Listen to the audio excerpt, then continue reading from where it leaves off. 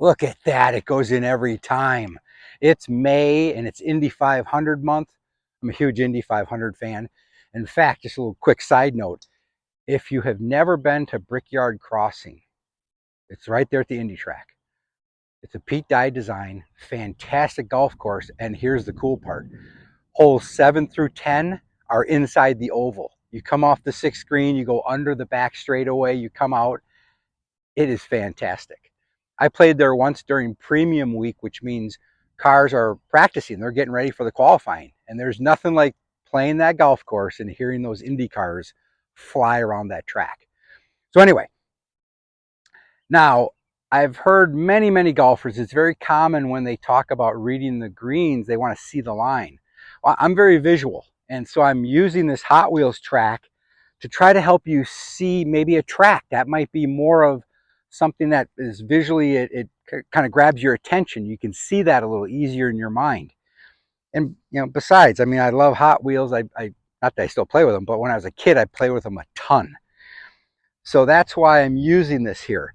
Now, there's two questions that you need to create the habit of asking yourself. Good putters are really good at reading greens. That makes them decisive, and when you're decisive on the read, you're going to make a lot more confident putting stroke. And this is true whether you're chipping as well. So the first question is, am I flat, uphill, or downhill? And certainly we can have, you know, up and down, but we want to understand the hills first. And to really answer that question and not get faked out, you want to ask yourself, where did I come from? Was the fairway below me? Did I walk uphill to the green, or did I walk downhill to it? When I exit the green, am I exiting uphill or downhill to the next tee? Good players see all that. There's a huge downpour. Where would the water run to? Golf course architects are very good at controlling how water will drain off a green. They do not want that running into a bunker. So try to look for the drains around the green, because that's where they're wanting the water to run. That's also going to have an effect on some grain. So that's the first question. The second question is this going to roll straight? Is it going to fall to my left or to my right when it starts to lose speed? And the reality is the ball isn't going right or left. It's just going downhill. Again, it's just going to follow how water is going to drain off the green.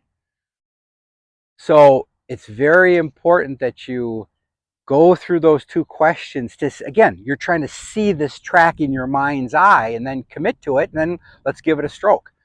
We want to make sure that our stroke is very confident. And in order to be confident, we have to be very decisive and confident with our read.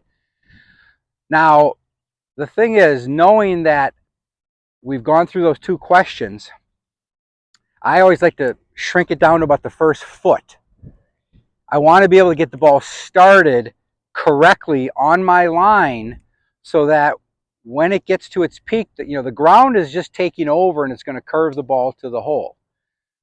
Now, here's a very important point as well, and that's why I have the shaft, that PVC pipe, is 2.5 feet behind the back edge. For me, that's what I like to visualize in terms of speed. Certainly enough that it's going to get to the front edge and go in if I make a good stroke and it's on the right line, but it's not going to be so hard if I miss it that it would hit that PVC pipe. So seeing that speed is going to help you see the track. So now when I putt, and I'm just going to move this track so I can make room for the golf ball now. So I've got this good picture in my mind. And so now I'm back here, and I like to certainly, like I said, pick out the first foot, maybe a discoloration in the green, something I can really lock in on. Take my rehearsal stroke.